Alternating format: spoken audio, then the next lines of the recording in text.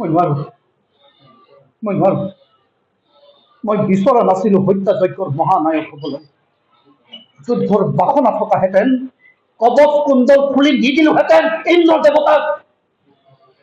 তীব্ৰ ক্ষোভত অস্ত্ৰ তুলি ললেই মনত পৰে পৰশুৰামলৈ এখনৰ পাছত এখন মুখ কুন্তি পঞ্চালী পদ্মা দুৰ্যোধন দ্বিধাগ্ৰস্ততা দ্বিধাগ্ৰস্ততা দ্বিধাগ্ৰস্ততা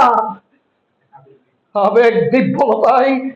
পাহৰাই দিয়ে মোক উপযুক্ত সময়ত উপযুক্ত অস্ত্ৰৰ ব্যৱহাৰ পাহৰি যাওঁ মই বিচাৰ বিবেচনা মই নোৱাৰো কৰ্ণ মই নোৱাৰো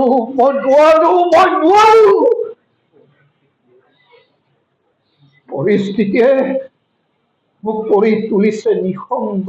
নিষ্প্ৰাণ মই মোৰ মৃতদেহ কান্ধত উঠাই গৈ আছো বধ্যভূমিলৈ অসহায়তাৰ অৰ্থ কি কৰ্ণ স্মৃতি স্বপ্ন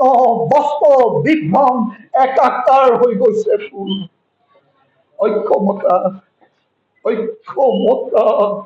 ঐক্যমতা হে নিয়ন্ত্ৰণহীন ঐক্যমতা ৩৫ মাৰ্চ দেওবাৰে আমাৰ কৰ্ণকথা নাটকখন মঞ্চস্থ হ'বলৈ গৈ আছে নাটকখন বিশিষ্ট নাট্যকাৰ অপেচাদাৰী নাটকৰ চিৰিয়াছ নাট্যকাৰ শ্ৰদ্ধাৰ নৰেন পাটগিৰিৰ কৰ্ণকথা নাটকখন ডিজাইন ডাইৰেকশ্যন মই কৰি আছোঁ আৰু মই নিজে অভিনয় কৰি আছোঁ মানে যেহেতু অৰিজিনেলি মই এমেচাৰৰ মানুহ আছিলোঁ এতিয়া ভ্ৰাম্যমান থিয়েটাৰৰ অভিনেতা কমাৰ্চিয়েল থিয়েটাৰৰ অভিনেতা এইবাৰ মই অভিনয় কৰি থকা থিয়েটাৰখন বিশেষ কাৰণত অলপ সোনকালে শেষ হ'ব লগা হ'ল সেইকাৰণে যিহেতু অভিনয় নকৰিলে প্ৰফেশ্যনটো বেলেগ কথা পইচা পাতি কিন্তু অভিনয় নকৰিলে দেখোন উশাহবোৰ বন্ধ হৈ যায় সেইকাৰণে গাঁৱৰ বা সেই অঞ্চলৰ নতুন ল'ৰা ছোৱালীখিনি এমেচাৰ শিল্পীসকলক লৈ নতুনকৈ নাটকখন কৰাৰ পৰিকল্পনা ল'লোঁ আমাৰ আমৰিখোৱা সুকুমাৰ কলা সংঘ এইটো বহুত পুৰণা এটা আমাৰ অনুষ্ঠান আপোনালোকক ধন্যবাদ সমূহ সাংবাদিক বন্ধুসকলক ধন্যবাদ প্ৰেছ ক্লাবৰ সমূহ বিষয়ববীয়া ধন্যবাদ মোৰ পৰা বহু আন্তৰিক ধন্যবাদ গতিকে এই প্ৰেছ মিটটোৰ জৰিয়তে এই অঞ্চলৰ সমূহ ৰাইজক আহ্বান জনাইছোঁ আমাৰ নাটকখন চাবলৈ আহক আৰু আমাক আশীৰ্বাদ দিব ধন্যবাদ কৰ্ণকথা ৩৫ মাৰ্চ দেওবাৰে সন্ধিয়া 6:30 বজাত আমি কৰ্ণকথা নাটকখন আৰম্ভ কৰিম এমেচাৰ নাটক কমাৰ্চিয়েল নাটক নহ'লেও এখন নাটক কৰাৰ সময়ত গ্ৰুপটো আচলতে অকণমান খৰচ হয় লাইটৰ খৰচ থাকে ছেট ডিজাইনত খৰচ থাকে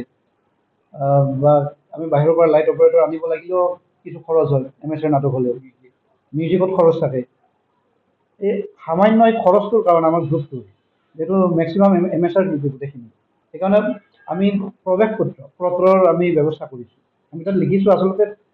আমাৰ দাবী নাই শুভেচ্ছামূলক বৰঙণি হিচাপে আমি সকলোৰে পৰা আমি 100 টকা একদম ন্যূনতম 100 টকা এটা আমি কৰিছোঁ আচলতে আমাৰ এইটো আমাৰ কাৰণে আমাৰ শুভেচ্ছা হিচাপে আমি টিকেটটোত এইটো ৰাখিছোঁ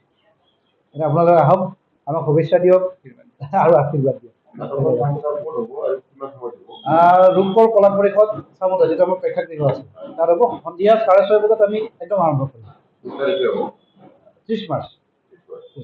ৰবিবাৰ দেওবাৰ হ'ল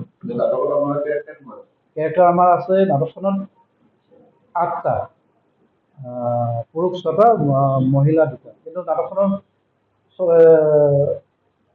কৰি থাকোঁতে ডিজাইনৰ কাৰণে মই যিহেতু ডাইৰেক্টৰ হিচাপে মই নাট্যকাৰৰ লগত পাতিছোঁ 2টা চৰিত্ৰ বাঢ়ি গৈছে আচলতে ইম্প্ৰভাইজেশ্যনত গোটেই টোটেল 10টা কেৰেক্টাৰ হৈছে মিউজিকত আছে আমাৰ 4জন গোটেই কিন্তু আমাৰ 20জনীয়া টিম আছে এইটো প্ৰথম শ্ব' ইয়াৰ পিছত আছে আমাৰ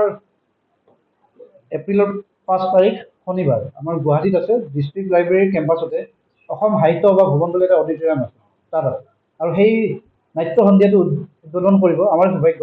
ডক্টৰ অমৰজ্যোতি চৌধুৰীয়ে তেখেতে উদ্বোধন কৰিব সেই নাট্য যিকোনো খবৰৰ বাবে যোগাযোগ কৰক 7099017330 লগতে 7099017110 নম্বৰত